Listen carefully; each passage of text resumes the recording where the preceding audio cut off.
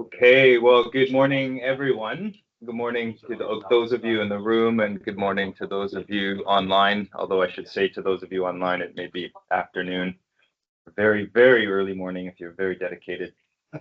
Um, anyway, thank you for coming here, and it's great that we get this opportunity to discuss further for those of you that were at the UNICEF breakfast, this issue around climate resilient water and sanitation, which is incredibly important. Ja, będzie wiedzą. O, teraz. Dealing with. Na to mamy pegar faciliteza, eu tenho uma dose. Pode ser. You.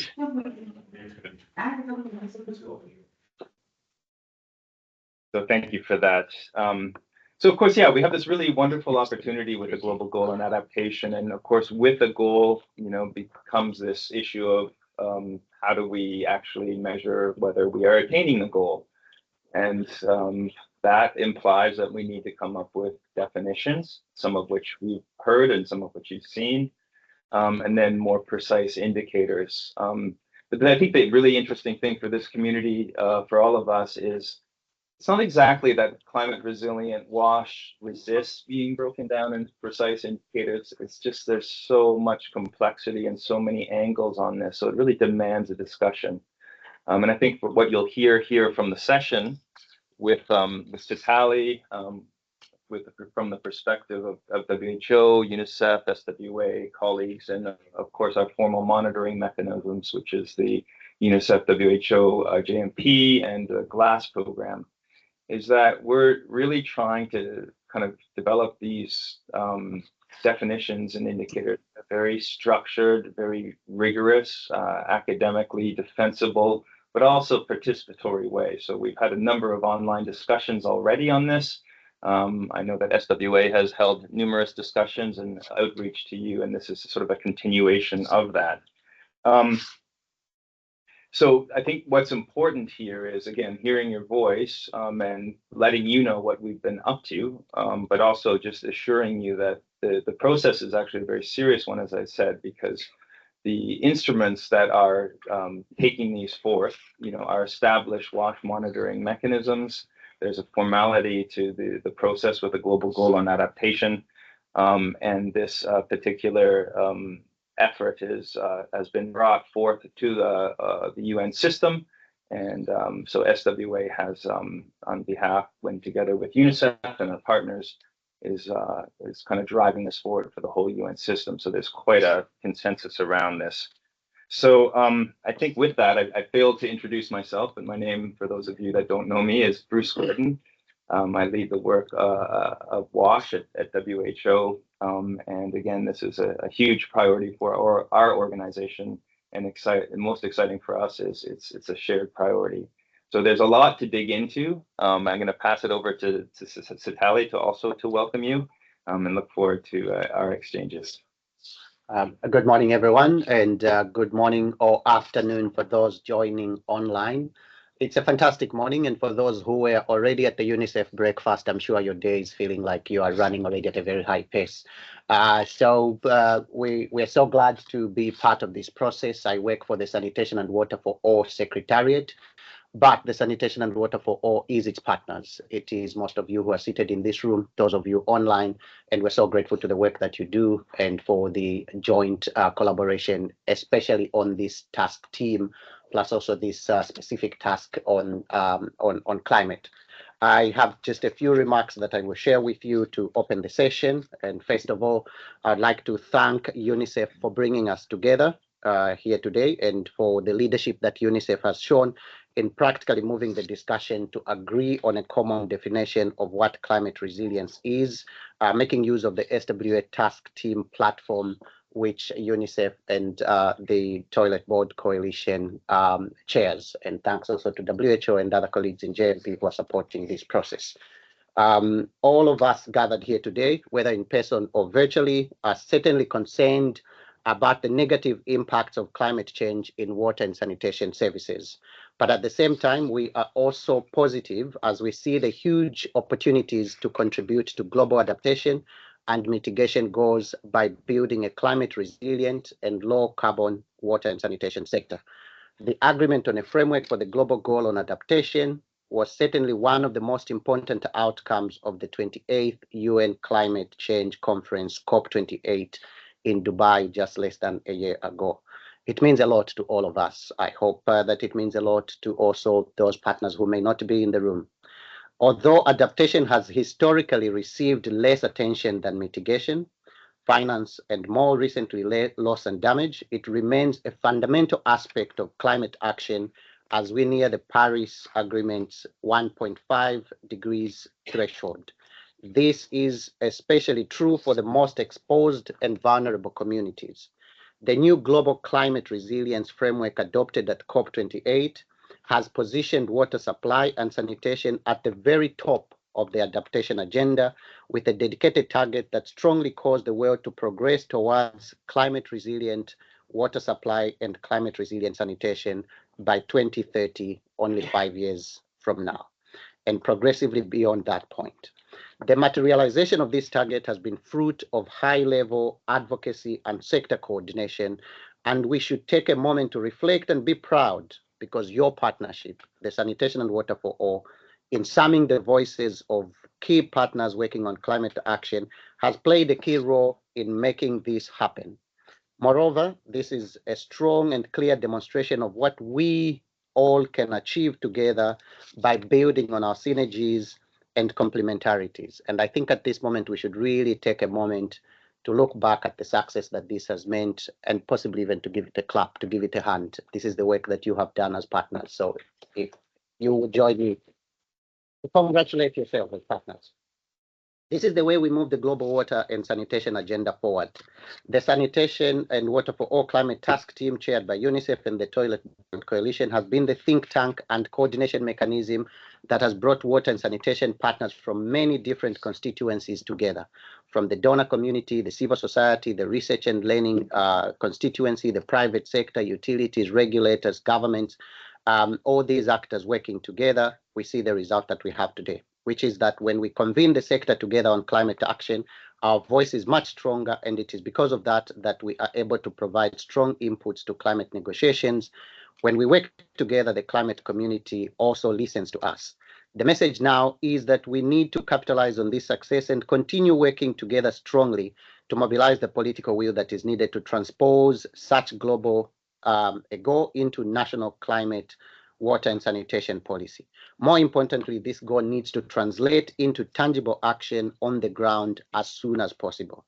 An important task in front of us now is that now that we have succeeded on having water supply and sanitation well reflected in a global climate framework, is that we come together once again and agree on what are the elements that constitute a climate resilient water supply and climate resilient sanitation service. We can no longer function with different organizational views and interpretations, and our credibility on the global stage is at stake. Therefore, we need to come together and have one voice on what this really means. Developing this common understanding and defining what climate resilient services mean to us is a prerequisite for the development of indicators and monitoring mechanisms. Those monitoring systems will tell us whether the actions we are taking to enhance resilience and to reduce emissions are going in the right direction. From the Secretariat's point of view, we are committed to continue working with all of you to contribute and to amplify our voices as WASH sector and to bring together all our actions so that we could have the results that we hope. And therefore, with those few words, yes, this session today is an important milestone on the road to getting there. And we encourage all of you to actively engage and contribute to this important conversation. And with these words, I would like to pass the floor to my colleague and friend, Jorge, who will then give us an update on the work that the task team has been doing. Thank you. Thank you very much, Sitali, and welcome everybody, both here in person in Stockholm and also people that is connecting remotely from all over the world. A very good morning, afternoon, evening, in particular for those connecting remotely. Without further delay, I would like to introduce you the plan for today. We will start with well, my name is Jorge Alvarez-Sala. I'm WASH specialist at UNICEF, but I'm also co-chair of the SWA Climate Task Force. In this Climate Task Force, we have been working for the last year in trying to develop a common definition of climate resilient WASH service, which is what I'm going to present today. I'm going to do a very brief introduction to where we are at the moment, because the idea is to hear from you. Some of you are already members of this climate task force, and others might be the first time that you are hearing about this initiative. So the idea of this session is really to hear and to have a discussion on where we are and where we are heading to. There will be a Q&A part for all of you, both in person and online. The second part of this 90 minutes session is going to focus on another complementary work stream, which is led by JMP and GLAS colleagues, on a set of indicators on climate resilience to be included in global metrics for JMP and GLAS. There will be a very brief presentation followed by a Q&A, understanding that there is a lot of interest in the sector on understanding how JMP and GLAS are going to monitor this in the future. So without further delay, allow me to briefly introduce you where we are on this process toward an operational definition, also a common framework and criteria for climate resilient WASH services. Why do we need an operational definition and a common framework? Well, there is no common definition or framework in the sector. There are different initiatives, and I think what really marked and put pressure on us, on the sector, was the approval of the Global Goal and Adaptation Framework last year in Dubai, where climate resilient water, drinking water, and climate resilient sanitation were highlighted as one of the 7 priority sectors, which puts a lot of pressure not only on us to show the climate folks that we are ready to be, but also apparently among all these 7 sectors, WASH is quite ahead, which tells you a lot about how unprepared we are to the challenges of climate change. We risk losing credibility as a WASH sector if each of us we start trying to get climate finance with different approaches, with different initiatives, different technologies. So we need to it's up to us as a sector to really decide the details of what climate resilient WASH means for the sector. Why doing this under the Sanitation and Water for All? Well, we believe that the Sanitation and Water for All, because it's a partnership composed by over 400 partners and growing, more than 80 governments, if I'm not mistaken, private sector, civil society organizations, academia, UN agencies, is a good space to initiate this. However, this process is open for everybody, not only SWA formal members. The task force is open for external SWA partners. So really, if you want to contribute to this process, feel invited to the discussion and the following discussions. The timeline, very briefly, just 4 years ago, if I'm not mistaken, in Glasgow, the Glasgow Sharm el-Sheikh work program started on the Global Goal on Adaptation that ended, or an important piece ended last year in Dubai. In May 2023, UNICEF, on behalf of SWA and other partners, made a submission to UNFCCC on where we are as a sector, with a preliminary proposal on what climate resilient WASH services could look like. This has evolved over time, and roughly 1 year ago, we initiated a more formal process to really bring together as many stakeholders as possible and to come up with this definition, which is not just a paragraph, is something a bit more elaborated, as you will be seeing. And in parallel to this process, of course, JMP and GLAS have been working on how to include these indicators. That's why I think we need to conclude at least part of this exercise of defining what climate resilient WASH means, because otherwise it's difficult to develop indicators if we don't know exactly what climate resilient WASH means. And most likely, at least part of this process is hopefully expected to end it in the next COP in November, but for sure there will be some follow-up activities in the next year. The current definition after this roughly 1 year of work looks like this. The current definition of climate resilient WASH services are services which anticipate, respond to, cope with, recover from, and adapt to climate-related shocks and stresses, while minimizing the negative impacts on the environment and leveraging opportunities to restore and improve it, to bring ongoing and sustained WASH services to current and future uses. This definition is inspired and is aligned with IPCC definition of resilience, and is also somehow inspired and aligned with the definition of climate resilient health sector, for instance. Of course, we can still fine tune a little bit the wording, and is work in progress, but we believe that more or less we have something that we can work with. However, again, this work is not focused on having a paragraph and agreeing on a paragraph. It is in details in this case, and we need to be a bit more, I would say, more detailing what in particular all this means, and wrapping what each of those sentences means.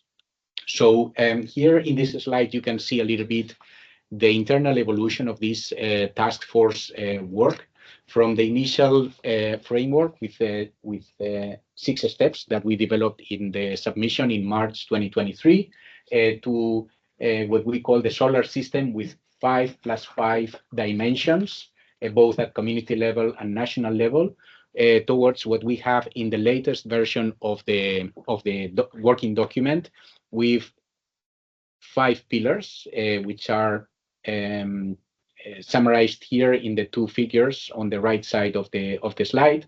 So basically, climate resilient WASH services include infrastructures that exist in a physical environment, so includes the environmental ecosystem component, influenced by human dimensions, which are the accountability triangle with users and communities, service providers, and service authorities. So all these 5 pillars are disaggregated in these 5 dimensions at the moment of the what we call the framework. So the normative definition is what I already presented in the previous slide. However, as I said, if we unwrap and if we use these 5 dimensions, the idea is to identify criteria for one criteria, ideally, for each of those dimensions, to define in particular what is the minimum criteria that we need for considering a WASH service climate resilient. So in the case of infrastructures, we're speaking about robust infrastructures designed and built to withstand and adapt to extreme weather events. When we are speaking about service providers, those infrastructures need to be operated by professional service providers. Of course, there are lots of questions about what professionalization means in service provision. The third one is around the users and communities. So users need to be informed, empowered, and engaged. The service authority, the governance component, is related with strong and inclusive governance, ensuring that the government provides an enabling environment for the provision of those services. And the last element, but not least, of course, is around ecosystems and the environment. So making sure that laws and regulations on environmental protection are incorporated in these processes through sustainable use and protection of catchment, surface, and groundwater resources. And also, there has been a lot of debate whether the concept of climate resilience should focus only on adaptation or on both adaptation and mitigation.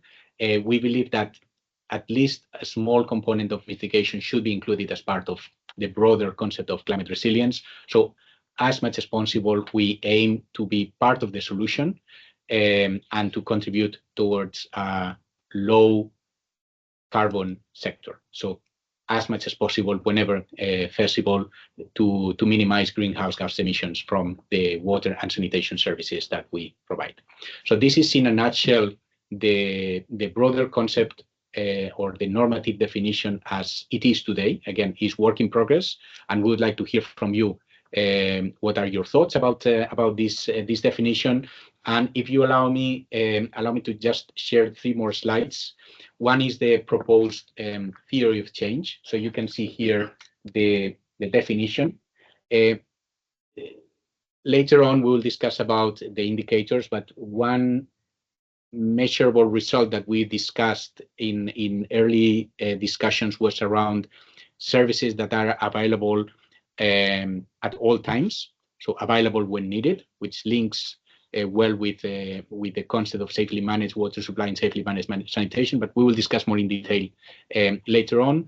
The results are linked with the 5 components that I mentioned earlier, and then we have outputs and activities both at local level, at community level, but also there are some activities and initiatives that need to be implemented above this local level, at district level, or at national level to make sure that those infrastructures and services are resilient.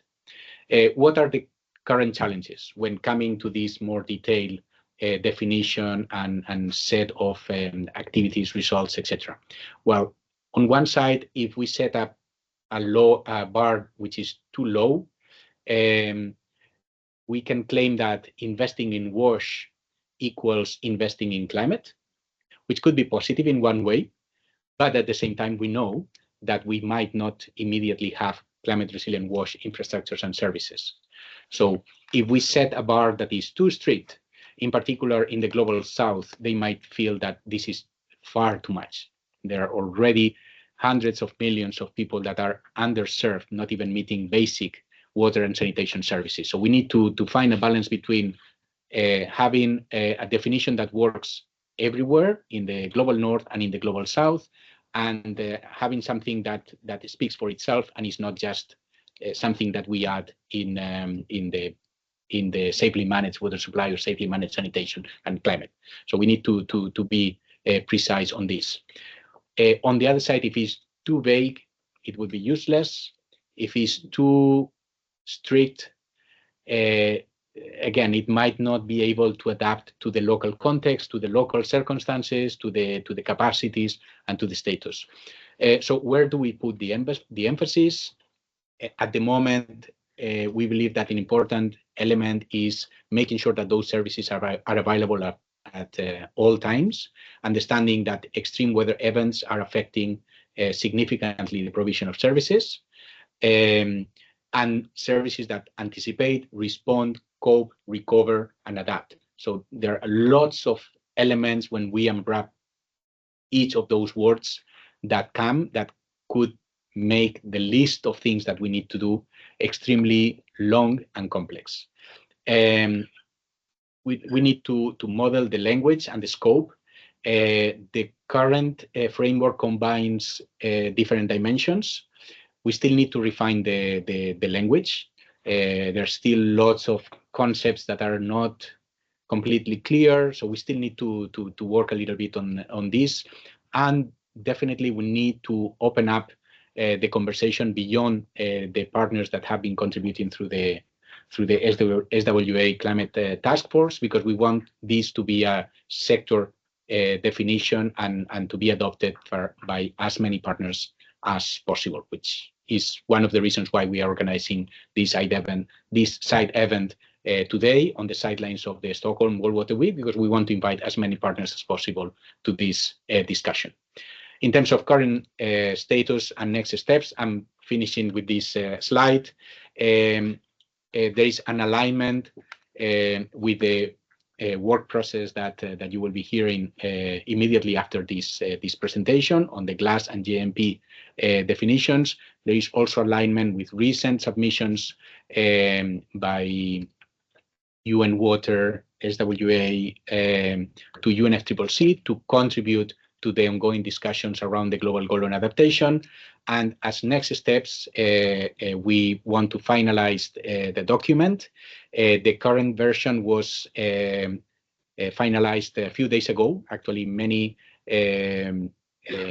SWA partners received the document just a few days ago. If you want to have a look to the document, you can try to scan the QR code that is in the screen, and you should be able to download the document, which is on Google Docs. There is also a link here if you want to take a picture and make sure that you have access to the document, or reach me by email, and I will be sharing this document for you. So next steps is the finalization of the document, the dissemination to a larger group of stakeholders, and as I mentioned earlier, tentatively closing at least part of this discussion by COP29 in November, most likely only focusing on the definition and the 5 criteria, and maybe the second part, which is the theory of change that I shared briefly with you, might take a little bit longer, because there is a bit more detail on the type of the modality of activities that could be included to make sure that services are resilient to climate change. With this very brief introduction, I would like to pass the floor to Sitali, who is going to moderate the Q&A discussion. I'm going to follow up on the online participants. So online participants, feel free to write your questions in the chat box, and I will try to multitask a little bit. Thank you. Thank you so much. So I'm really excited. Why? Because we are moving right on time. He was supposed to end right at 9:30, and he's ended right at 9:30. So Jorge, whatever medicine you take to deal with time, I would like to have some of that. We also have online our colleague who is also named almost closely as Jorge. His name is Jose, who is a climate specialist who works with us in the Secretariat and has been supporting the group, and he might be able to contribute, right? Yes. If there are questions. Okay, so no matter how hard the questions are, Jorge and Jose and other people in the group will be able to answer. Do we have any questions at this moment? Yes, please. Now, how are we going to? Yeah, do we need. No problem. I can run around. I'm still young.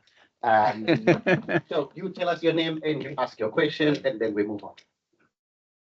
Tommy from Seaweed. I want to know how you're dealing with hotspots within this. Previously, SWA had a framework with hotspots and people affected, people with access, people without access. Because I think adapting to climate is a lot about cost. Like just a little anecdote in, I think it's Sudan, Oxfam were building latrines that were $46. And when they adapted them to climate, they were around 64. So it's 36% different. We don't need to do that every location. So how are you dealing with some places which are less effective? They don't need this with other things. Thank you. Do we have any more questions? Anyone else? Before, okay, we get to Paul, and then we'll come back to Jose. I think this is inspired by Danny, who sent things to me. So, what is UN actually kind of asking for? Is it asking for a WASH definition for climate resilience, or is it asking for sanitation and services? Now, so what water for irrigation, for example? Now, that may not be the scope of this meeting, but who is addressing that? And are we linking up with whoever it is? Great. Thank you so much. So let's see if we have any questions this side of the group. And online, are we able to check if there? Yeah, there are no questions. At the Joint Research Center of the European Commission. My question is about 3 elements that maybe are embedded in the definition, but are not clear to me. The first one is about education as part of the user's engagement. The second one is the existence of contingency plan as part of the robust infrastructure and disaster risk management. And finally, the sustainability of the investment concretely related to maintenance cost of the infrastructure. Thank you. Thank you so much. So sorry, Danny, we'll come back to you in the second round. So we'll get to the responses. We have 3 questions. Jorge, how would you like to proceed? Over to you. I'll try to reply to your questions. If you don't mind, the first one around hotspots, and the cost, the extra cost of building climate resilient infrastructures. As you can see, the current framework is quite complex. When you start to unwrap the different types of activities that you need to do to implement climate resilient WASH services, you might end up multiplying several times the usual unit costs. In a moment where budgets are constrained, etc., it could become a challenge. Usually, climate financiers such as GCF finance only the additional cost of making those infrastructures and services resilient. So we really need to consider leveraging the existing WASH finance with climate finance. I think there is still a myth around climate finance coming to the rescue of the WASH sector. We need to be realistic on what can be funded at the moment with climate finance and what cannot. But definitely the fact that the global goal on adaptation includes climate resilient water supply and climate resilient sanitation and as one of the top priority sectors opens the opportunity to really increase the investments in climate resilient water supply and sanitation. So I believe that there are opportunities, but there are challenges. On the other side, unfortunately, we don't have enough analysis, economic analysis on how much more expensive climate resilient WASH infrastructures and services are. In some cases, might be even cheaper if you take into account the full cost, life cost analysis of infrastructures and services and the cost of infrastructures and services being disrupted by extreme weather events, for instance. But unfortunately, we don't have much time to dig in detail into this. Allow me to move to the next question around UNFCCC expectations and other kind of broader SDG 6 sector alignment. As I mentioned earlier, the WASH sector, in my personal opinion, came a little bit late into the climate discussions, but we came and we are maturing and we are evolving pretty fast in a way that at the moment UNFCCC has looked at the WASH discussions as an example to other sectors on how to integrate climate resilience. The climate folks are not going to come with a solution for our sector. We are the ones who need to adapt to climate change and to show how the sector is adapting to climate change. The question around the broader SDG 6 is very valid. Actually, the latest submission that we made to UNFCCC was UNICEF on behalf of UN Water, and we incorporated some elements of the broader SDG 6 together with other UN agencies that are focusing on irrigation and other elements of water resource management. However, unfortunately, the water resource management part is a little bit, I would say, a little bit less evolved at the moment. So hopefully this exercise on starting with the definition of climate resilient WASH will contribute to expand the discussion and to incorporate our colleagues from the other part of the SDG 6.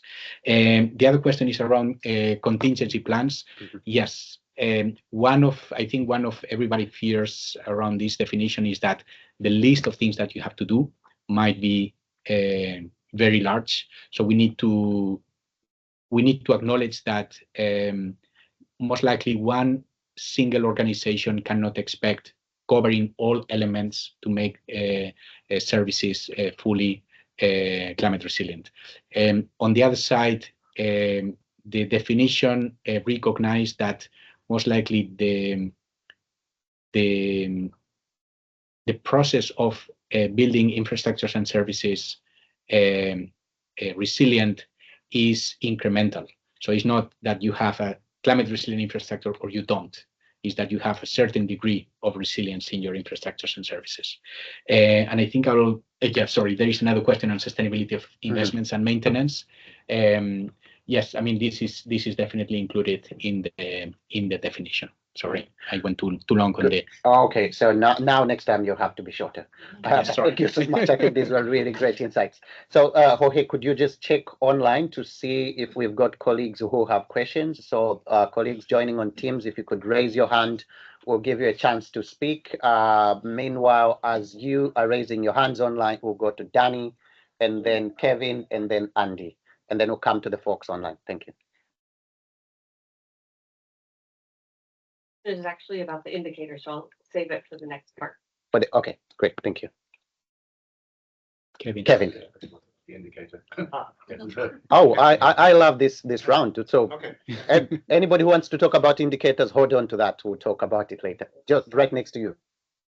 Then we'll go to Thank Andy. you very much. My name is Peter from UN Habitat. I'm part of a global coalition on climate resilience sanitation. And I'm wondering to what extent, because I think we are sharing membership, most of our partners, including UNICEF, are also members of SUA. To what extent are you looking at sanitation in particular? Because if you put it together with water, you miss some dimensions of resilience that is required for sanitation, particularly if you look at the whole value chain around sanitation. Thank you. So we'll go to Andy and then we'll come to Alex. I guess my question is a bit more conceptual about resilience of what? Exactly. Or rather, who? We miss people in this. There's a lot of infrastructure, there's a lot of systems, but isn't it resilient people that we need, particularly for their water and sanitation?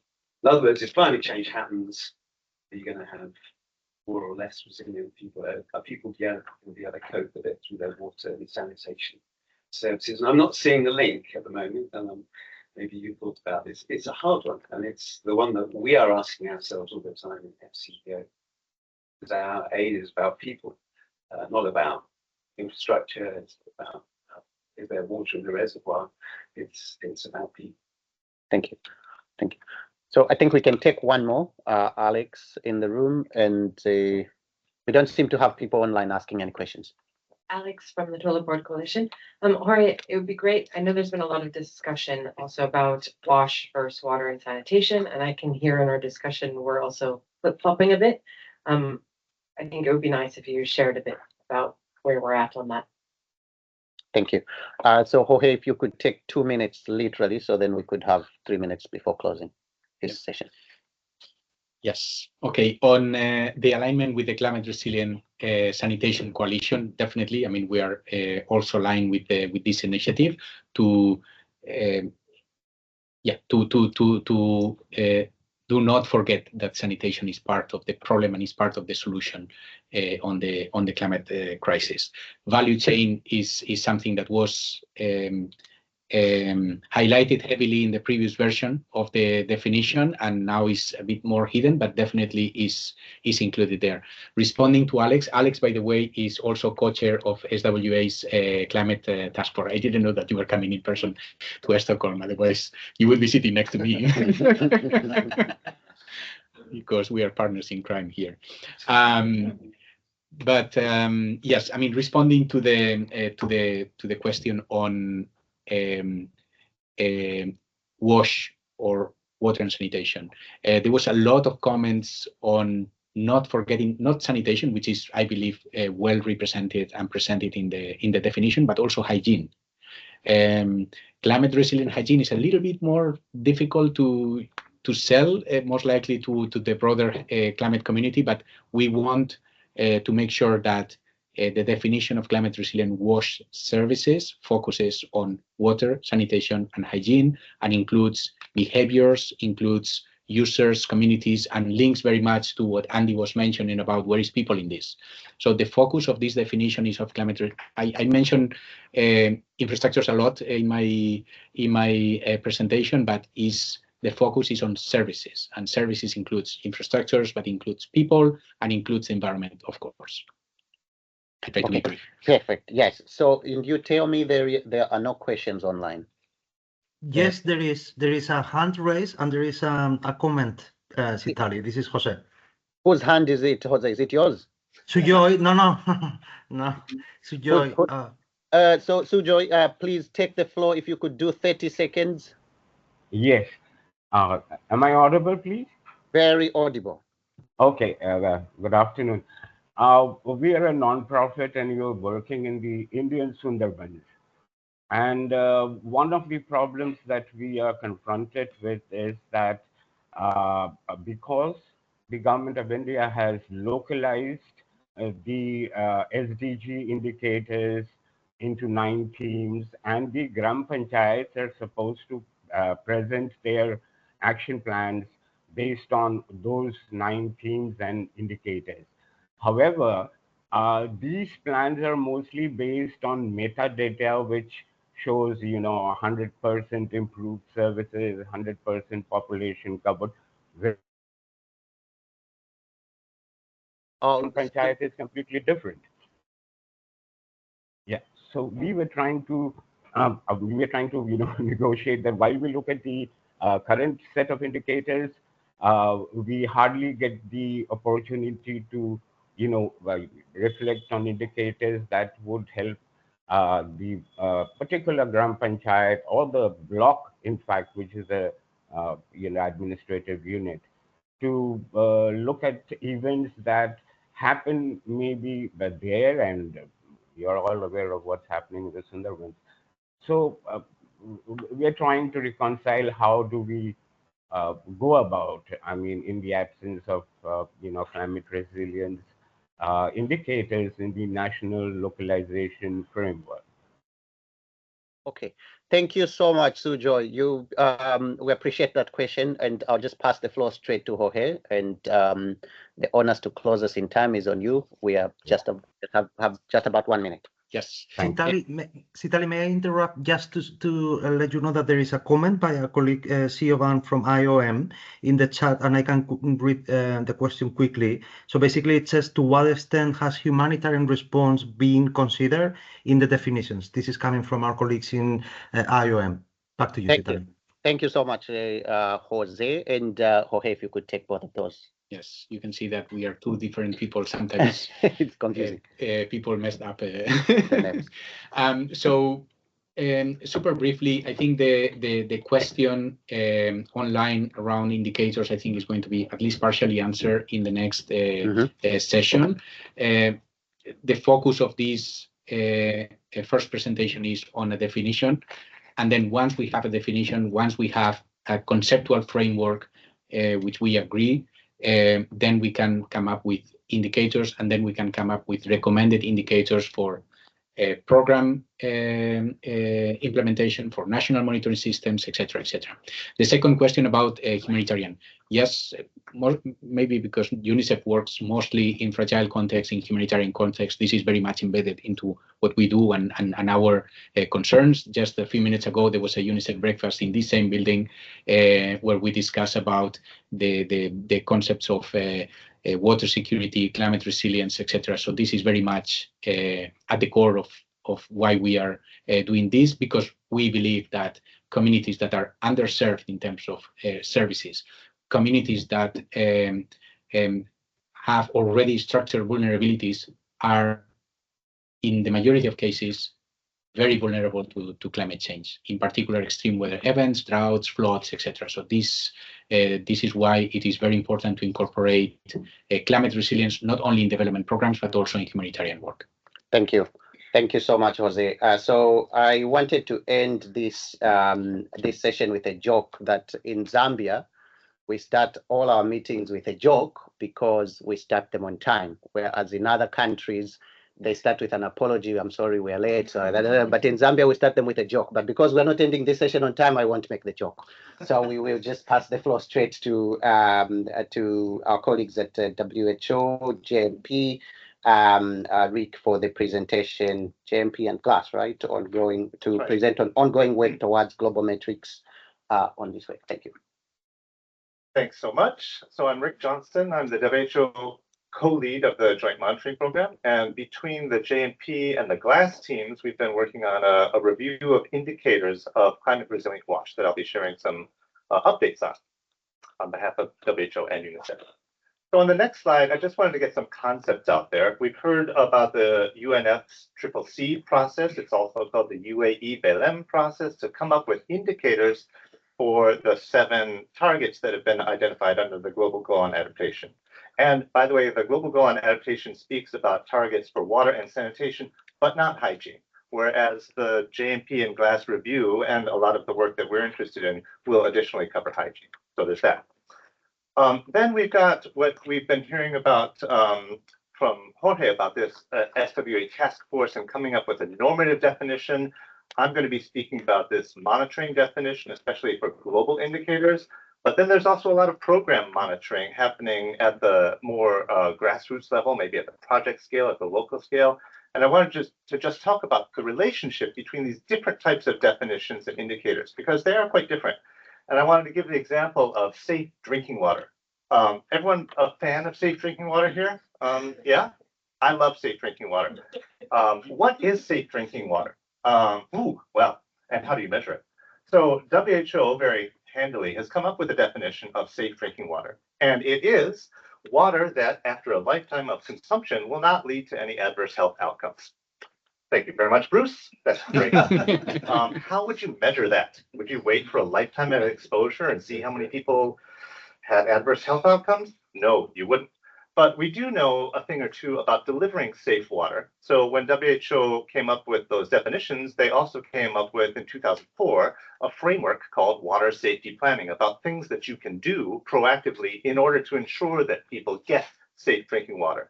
And that framework implies a lot of action. It implies operational monitoring. It implies some indicators. Maybe you should be looking at identifying risks and taking measures to prevent them, or measuring residual chlorine, lots of things that you can be doing to deliver safe water.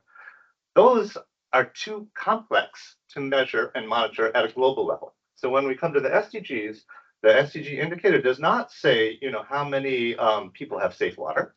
It doesn't say how many people are using water safety plans, because those are so granular and local that they're not fit for purpose to scale to a global level. So we have a crude proxy of safely managed drinking water, which has an element of safety, but a very limited element. It doesn't fully capture the normative definition. And so with climate resilience, we will find something similar. We will come up with a normative definition of what we want to be in climate resilient WASH. Maybe at the program monitoring scale, there will be lots and lots of different things that are monitored, not necessarily all the same indicators, but maybe contextual. And then there will be a limited set at the global scale, which are fit for purpose for monitoring, either on the kind of outcomes and outputs type of work that the JMP does, or on the inputs, processes, policies, human resources, and financing type work that GLASS does. So let's just bear in mind normative, monitoring, program, different types of indicators, but they all need to speak to each other. And they all need to be using some of the same core concepts and, if possible, same frameworks and definitions. So next slide then talks about this review that started in 2024 and will go for 2 years to review frameworks and indicators of monitoring climate resilience and WASH, including hygiene. So we wanted to start by seeing what's out there in terms of frameworks and indicators, data collection opportunities, and evidence that links climate resilience and WASH services, with a particular aim to see where the JMP and GLASS teams could focus our future monitoring efforts, but also to cast the net wide and see what's happening even at the program scale. To do this, we have enlisted a consortium of academic institutions. I have Katrina Charles by my side from Oxford University. There are also colleagues from Leeds, Bristol, and University of Technology, Sydney. I think some of them are present online as well.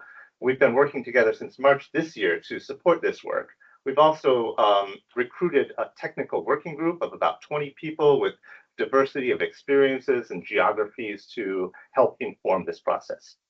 There are also multiple engagements with public stakeholders. We had a webinar last month. We're working at conferences like today. We'll be at COP29. We'll be having lots of engagement opportunities over this 2-year process. And we're also in communication with UNFCCC so that this work feeds into the broader UAE Belém work on the global goal for adaptation. Okay, and in fact, we draw heavily on work from the IPCC about conceptual framings and scope. So starting with resilience, we draw on this IPCC definition from 2022. I'm not going to mention it. Jorge referred to it about coping with different types of hazardous events or trends. If we think about resilience to what, we can draw on this definition to, because the IPCC has listed a number of climate hazards or drivers, climate change drivers that can negatively impact on WASH services. But the resilience of what? So we're talking about the service systems, but we're also talking about the attributes of infrastructure and resources and the user experiences of people who are benefiting or not from those services. Then, if we think about adaptation, it's very closely linked to resilience, but it has a slightly different definition. It's about adjusting what you're currently doing to actual or expected climate effects. Okay, that's good. Adaptation actions could be absorptive, if we're talking about coping with the new challenges. They could also be adaptive or even transformative. So we'll be thinking about what actions are absorptive or adaptive or transformative and how that could link to a monitoring framework. We're thinking about actions that can be taken by national or subnational governments, by service providers, including hygiene promoters and suppliers, and also by users themselves. They are actors who might be adapting. And some of those actions are meant to influence attributes of WASH infrastructures and resources. So we want to be collecting what are those attributes and resources, and how are adaptation actions, either in theory or ideally in reality, impacting those attributes. So on the next slide, we have this very crude framework, which is kind of like a log frame or a results chain, where we start by the adaptation actions that national and subnational governments can take. We move a little bit lower in scale to actions that can be taken by service providers or by users themselves. And what are those adaptation, or what are those attributes of WASH infrastructures and resources? I should have mentioned, by the way, when we're speaking about WASH systems, we're talking primarily about domestic water supply, sanitation, and hygiene services, but we're also considering within scope washing schools, washing healthcare facilities, and we'll be looking at other non-household settings, but really the focus will be on households, schools, and healthcare facilities. So then once those adaptation actions and attributes are influenced, what are the results in terms of service performance and user experience? That's all within scope, but it's hard to draw boundaries, and we have definitely identified some things that are out of scope. Maybe if we start from the left, the adaptation actions taken by national and subnational governments depend on how resilient and also how vulnerable the wider governance system is. We're not going to be measuring that. We're not going to be developing indicators about the resilience of governance systems. It's too big. But it will impact the actions that governments can take.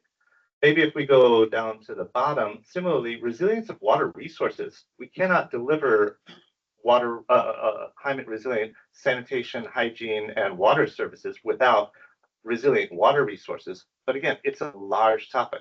You'll hear, we'll be looking at other sectors, but reviewing and coming up with recommendations for water resources, water ecosystems, and broader ecosystems is beyond scope for this review. It's just too big. And actually, there might be positive or negative impacts from some of the things that are within scope, some of the actions that impact things other than WASH service delivery. We're not going to be looking at that either. That's the bottom right there. How are emissions, ecosystems, society impacted by these adaptation actions? We're focusing on the impact on WASH systems and services. And then if we look at the top end, of course, it's important that service providers, hygiene promoters, users, well, in order to take those adaptation actions, they need to have some adaptive capacity. We're not going to be measuring that adaptive capacity similarly as we're not going to be measuring resilience or vulnerability of governance systems. We have a much more detailed version of this that we'll be happy to share over time, but that's a brief summary of the scope. Big question, what about mitigation? This is a review about climate resilience of WASH services. Is mitigation within scope? And the answer is a little bit. The review is really focused on adaptation because that is so closely tied to resilience, linked to it. But there's a space for mitigation, I think. Well, mitigation and emission reductions are a huge topic, and there's a whole review that could be made on them in their own rights. We will be looking at them in the context of providing climate resilient WASH services. How can you do that in a low carbon way without, first do no harm kind of approaches to adaptation actions? But it won't be the core focus of this review or of global monitoring by the JMP and GLAD teams. So, okay, that's the concepts. So in practice, how is this being done by Katrina and teams? Well, they're doing a series of systematic and scoping reviews, and some of them are underway, some of them are starting soon. So the first one is about framings. We'll be looking at what are the relevant frameworks and indicators that are being used or proposed in the WASH sector, but also in WASH adjacent sectors. If we look at roads, energy, housing, all those things down there, DRR, there was a question about experiences from DRR.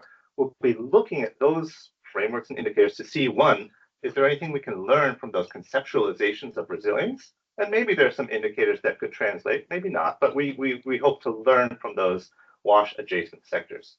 We'll be looking at those attributes and adaptation actions, as well as service functioning, user experience outcomes. How do these frameworks conceptualize those? How do they measure them?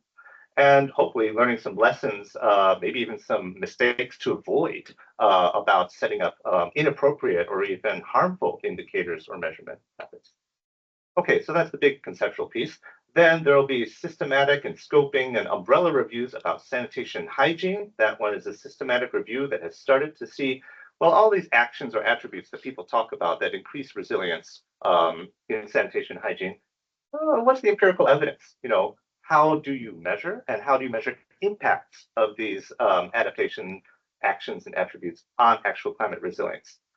Similarly, for water supply, we'll be looking at that.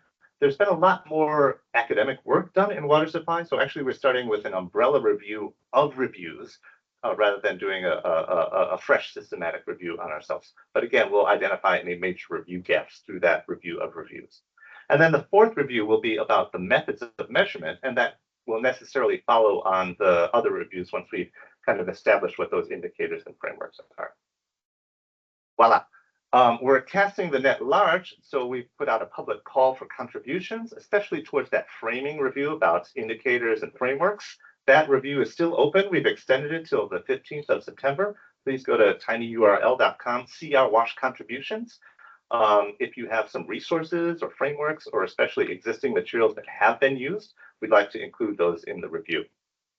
I think I'm a little bit long on time, so I will skip over the types of things we're looking for, except to note that it relates back to that scoping diagram I mentioned. So we're looking for things around WASH services. We're not looking for those measures of broader community or government resilience. We're not looking for measures related to water resources unless they specifically relate to water supply or sanitation and hygiene services. Not really interested in theoretical frameworks that have been proposed but never tested or used anywhere. Thanks very much. But we would like any of things that actually have been used and proven useful. And it could be either in the WASH sector directly or in WASH adjacent sectors. This is my last slide. It's about the timeline. So we kicked off this work in March. It's a 2-year process. We've had our first meeting with the technical working group. The JNP and GLASS Secretariat has been working with the research partners consistently. We've had a global webinar last month. And really, there are 4 main outcomes or outputs that we'll have over this time-year period. The first one is coming up quite soon. In October this year, we should have a discussion paper prepared by the research partners summarizing what they've found through these reviews. There will be a chance for public comment on that. Also, we'll engage our technical working group on that. And that should lead to, by the beginning of next year, a long list of indicators that are candidates for eventual uptake by the JNP and GLASS teams. Then we want to winnow that down to a short list of priority indicators, and then start piloting and getting experiences with those, or taking experiences from people who were working with those by about May of next year. So each of those will have some kind of public event, chances for inputs. I would now like to turn to Katrina Charles to facilitate the Q&A in the room and online, but also ask her to reflect on how this process is going and if there are any emerging lessons, even though the reviews are still underway, that she might be able to share on behalf of the research consortium. Thank you, Katrina. Thanks, Rick. Yeah, so I mean, I think as you can imagine, the questions I've already heard highlight how much of a complex area this is. And both Rick and Jorge have highlighted the complexity of setting indicators for this type of work. So it won't come as much surprise when I tell you that the reviews are also quite complex, and we're not hopeful of finding a lot of empirical evidence that's going to find a magic indicator that we've just forgotten is hiding there. So we are, we expect this to be a complex issue where we are trying to balance these issues of finding indicators that promote the kinds of behaviors we want to see, making that continuous improvement towards climate resilience, while not being too strict, as it's highlighted too, so that we can see people moving in a positive direction. And again, also thinking with this, managing those potential negative consequences of considering we don't want indicators that push us towards improvements in the infrastructure that actually put more burden on the household and more burden on individuals, and recognizing those different issues. The other point I'll make too is that one of the next public sessions will be at the UNC conference in October, so we will have a bit further evidence then if you're interested in joining. But now let me open up for questions. We have a chance for a few questions in the audience. I think there are a few ready to go on indicators, so please, again, we'll try and grab a few at a time, and then we'll come back to it. Maybe I pass you this mic and then.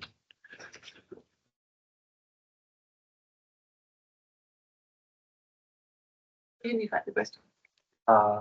You can use this mic to answer. Okay.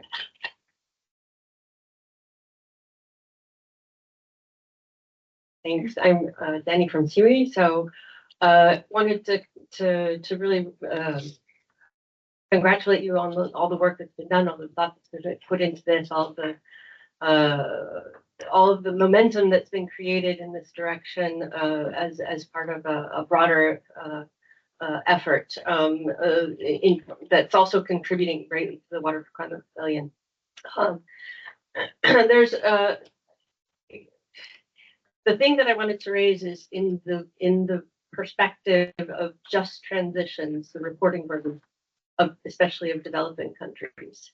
And what concerns me is, although all of this is super valuable as a subset of a broader global goal on adaptation, are we building a Lamborghini to drive on a dirt road, right? What is the applicability of countries, especially developing countries, being able to respond to these requirements?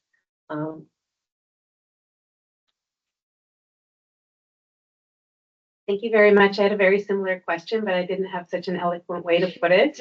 I'm also struggling a bit, like what does it balance with other existing indicators, and how can we measure climate resilience until we have a working system to measure if it's resilient? If you could just touch on that. It's all still a bit abstract for me, and I'm struggling for concrete examples.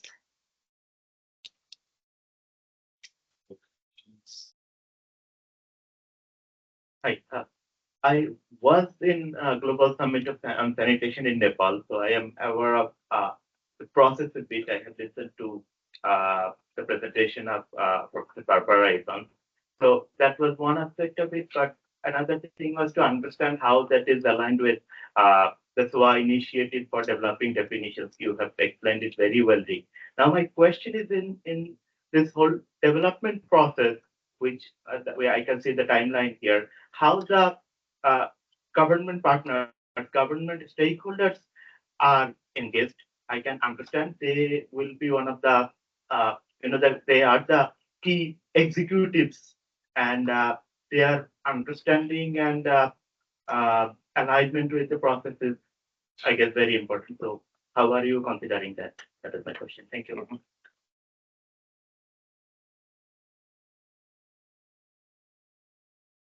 Building along those lines, I think, and maybe it comes in the review of the methods of measurement, it seems an opportunity for us to also align with private sector initiatives around ESG. And I know that the definition has quite a wonderful focus on service providers, wearing my SWA private sector hat here. But also I don't see, a lot of role for service on the ground service providers, and how can they be a part of the consultation process? Of course, I'm sure it's open to them, but how can we proactively get their voice, because it's they that will need to work with the governments also to deliver some of that data. Maybe we could take those four and then see if there are additional ones. So I'll start, and then for areas where I have problems, I'm just going to pass over to Christina. Actually, I'll go kind of in reverse order because both the last two comments were about how do we capture different inputs, whether it's from private sector or from government partners. In a small way, we're trying to do that with the technical working group that we've established, which does have inputs both from operators. We have a representative from IWA, who's actually a service operator, to bring one perspective. And also there are a few government partners in that group. Rajiv Ocha from Nepal is a real champion, and is going to be helping us with that. But more broadly, we're hoping to just get out through our networks, through our WHO and UNICEF regional and country offices, through the broader SWA network, through everyone here, news that this review is happening. And hopefully also, we had a lot of interest in the global launch seminar we had a month ago. So we're building up a mailing list. And by having multiple opportunities over these 2 years to engage with people, we hope that it kind of gets out, the word gets out that this is happening. And if you didn't, join the July webinar, well, then there'll be another thing, and there'll be a second meeting if you don't miss the first meeting. So we're hoping to kind of snowball and get inputs over the 2 years. Let's see. And then both Danny and Linda's points were about, is this practical, keeping it real, and how does this relate to the very difficult situations faced, and especially in terms of monitoring at the grassroots level. I totally take your point. I mean, that's one reason we want to start with a long list of indicators and work down to a short list of indicators, where the criteria for prioritizing those indicators will definitely include, how practical is this? How, are there existing data collection systems that can be piggybacked onto, rather than saying, well, we need to build a whole new data management system for this new indicator that we've just come up with. So trying to build on what's there already. I suspect that short list will have some things that are quite easy to monitor and are already being monitored, and we'll have a couple more new things that are really key, whereas that long list, it'll probably be kind of like a Christmas list or a laundry list, and it'll have a lot of things, some of which will be easy and routine, and others will be really more aspirational or normative. But now I'm going to turn to Katrina to see if you have any insight on either of these general themes. So I was going to build out partly on some of those considerations of making this appropriate for different contexts and the challenges of understanding that system first.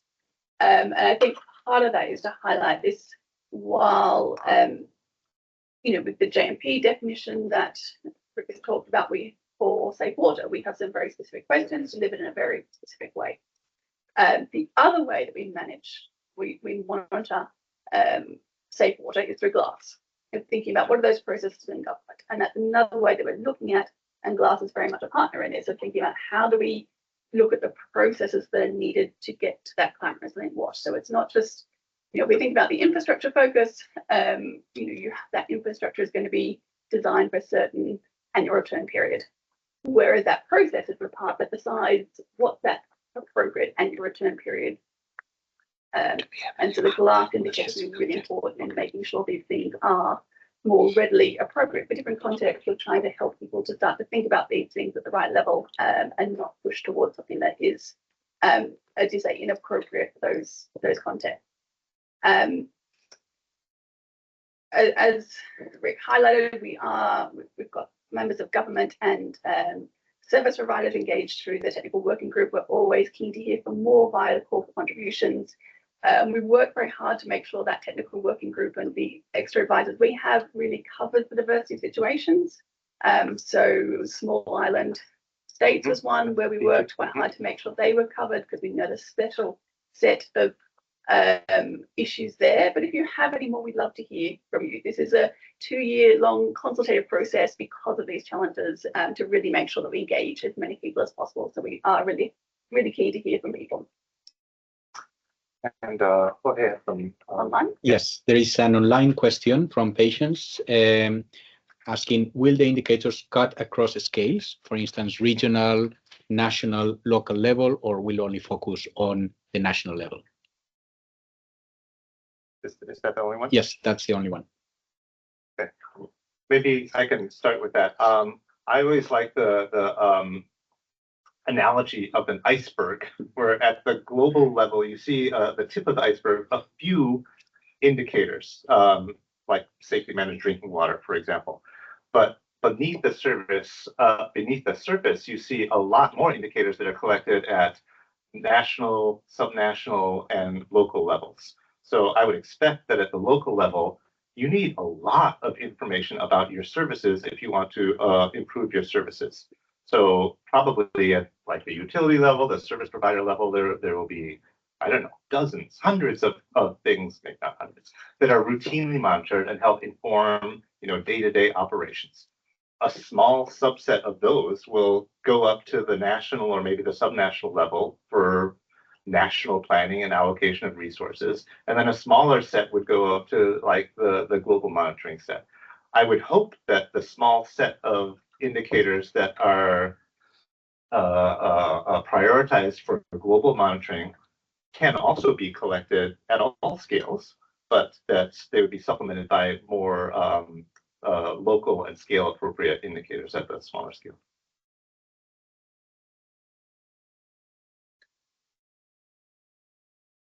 Any other questions from?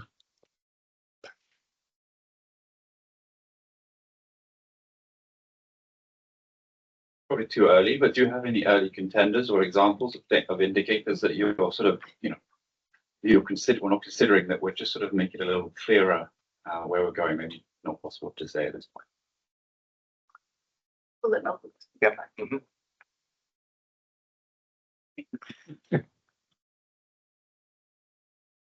Hi, this might just be a clarification, but the image you show that was kind of out of scope and in scope. Sorry, Rick, your head is like right in front of the bottom right-hand corner of that graph when it was up. So it was just talking about which impacts were out of scope. And I think it said that emissions, for example, were, that corner. And I'm curious on that, again, maybe this is my understanding, but given the definition includes kind of making sure there's no negative environmental impacts, how are you considering that if it's kind of out of scope with the review? Mm-hmm.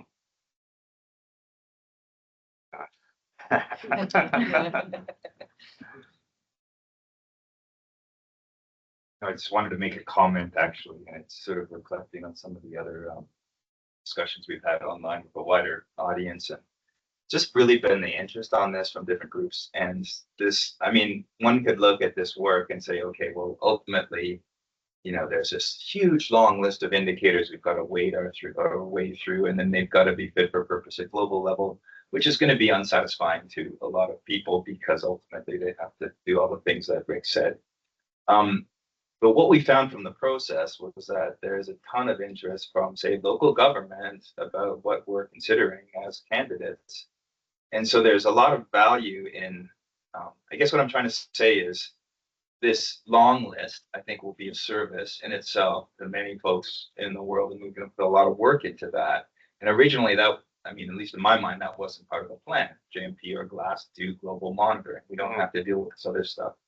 But fundamentally, I think what we're hearing is people are coming in really interested in sharing and learning about indicators that probably we would never be able to use at global level, but nonetheless, we're going to put some work into. So I think it's just a way of saying that I think we're gonna put some work into this and continue sharing and make this this process a lot more, I don't know, I mean, gave a lot more to it than I think we had maybe originally thought, just because of this interest in the global and sort of the public good aspect of it.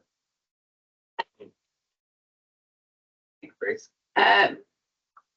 Some quick reflections of them in the time that's left. I think first on the early contenders for indicators. No. I think I can give a much longer version, but I think it's best to wait till we've actually got a review of the evidence, because part of the challenge is trying to counter all our own biases from our own work. And so anything I gave you would be totally biased on my own view of the world. But very happy to have that conversation in another context.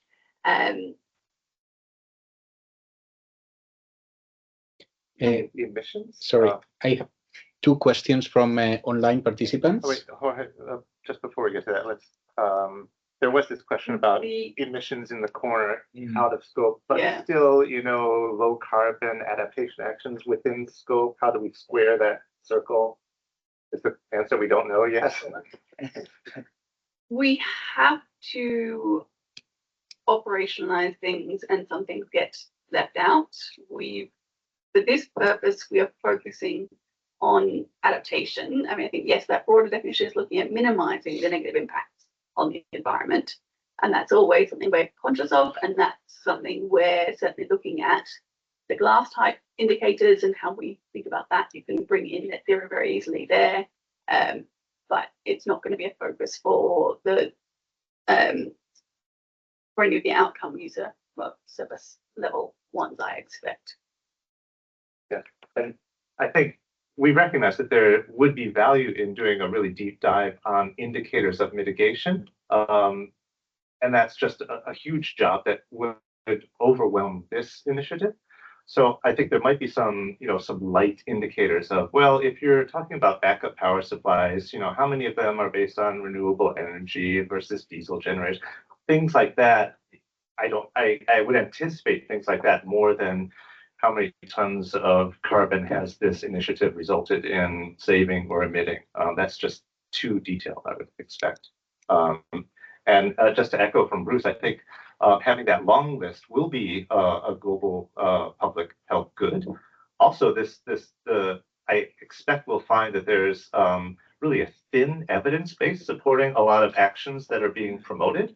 And I think that's also a good reality check. And I mean, we've had experiences in the past where we as a sector have promoted something and gone all in. I'm not going to name names, but on things that later, with retrospect, we were like, oh, maybe that wasn't so effective. Maybe that wasn't such a good idea. So we're just trying to do our due diligence here in finding out what we know really works. Yeah. I think we have two final questions from our online audience. The first one is coming from Tito. He's asking, how can we measure the indicators between development countries and LDCs, and whether the indicators created between LDCs are the same as development countries or different? The second question is, how would be the indicators adaptability take place for different economies, or are we looking at certain broader indicators which every country can use based on different economic conditions? Thanks. I think that's a really important consideration of how do we make these indicators applicable for all, or do we? You know, we want them to certainly encourage progress around climate resilience, and therefore be, you know, to a certain extent challenging for all, and to consider those differences. So we have been looking both at examples from the higher income countries settings as well to understand how they're doing it currently, what are the issues there, but also not recognizing that's not always by any means perfect or applicable in other contexts. And we will look at them across. I don't have any intent to make them, again, well, I'll leave you to comment on how you'll use them, but I think for what we will do for the long list, again, it's an opportunity to explore those and to look at those differences of how it's being, what these indicators are in different contexts, so that we can then look at what's appropriate for what JMP and GLAS need. Thanks. I think just drawing on our other work on monitoring things, there's been great value in reviewing what's happening in high income countries, or especially in upper middle income countries who are making a transition.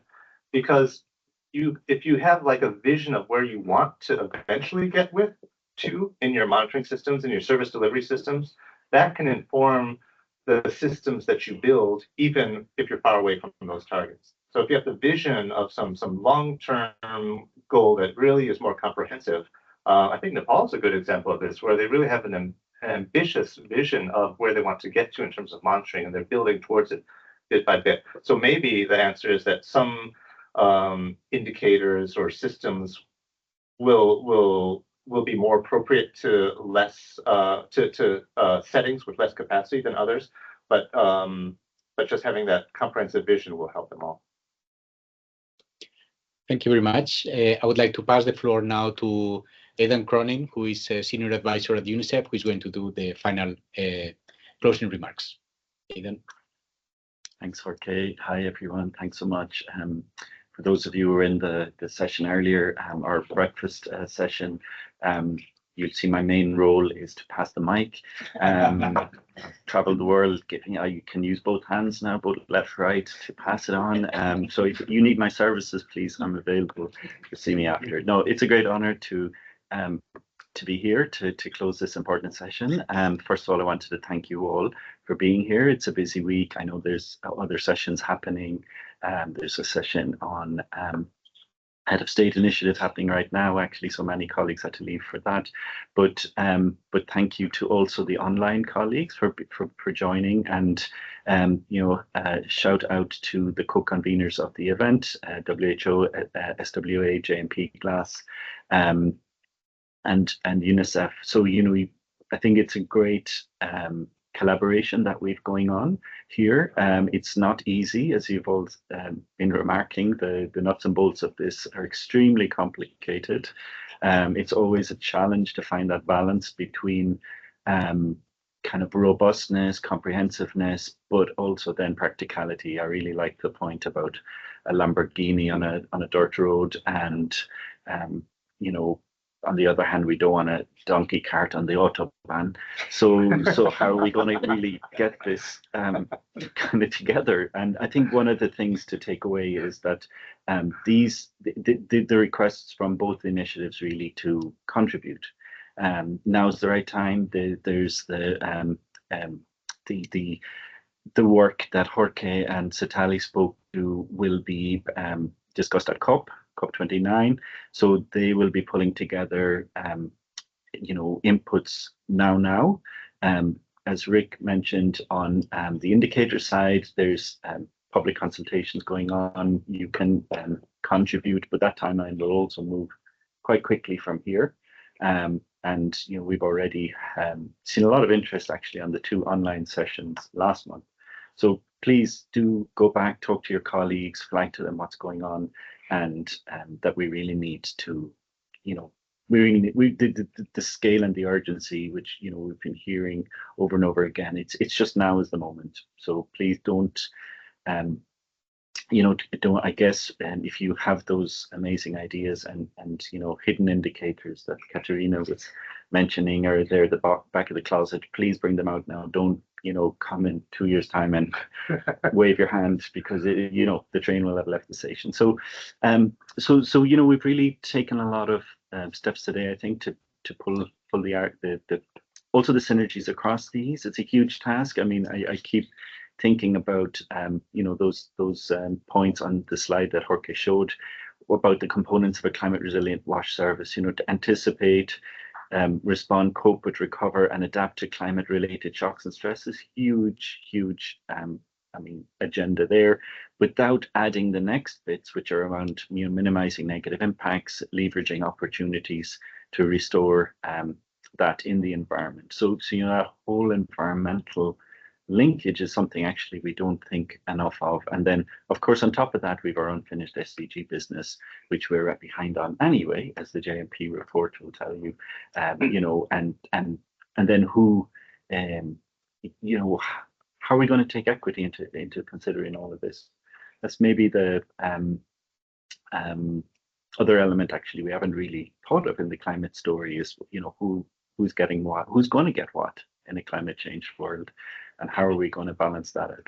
So I don't want to labor the points on all of that you've heard, but just to say that they really are complementary initiatives. Thank you all. Thanks to all the amazing support we get from our partners and donors. It's really critical.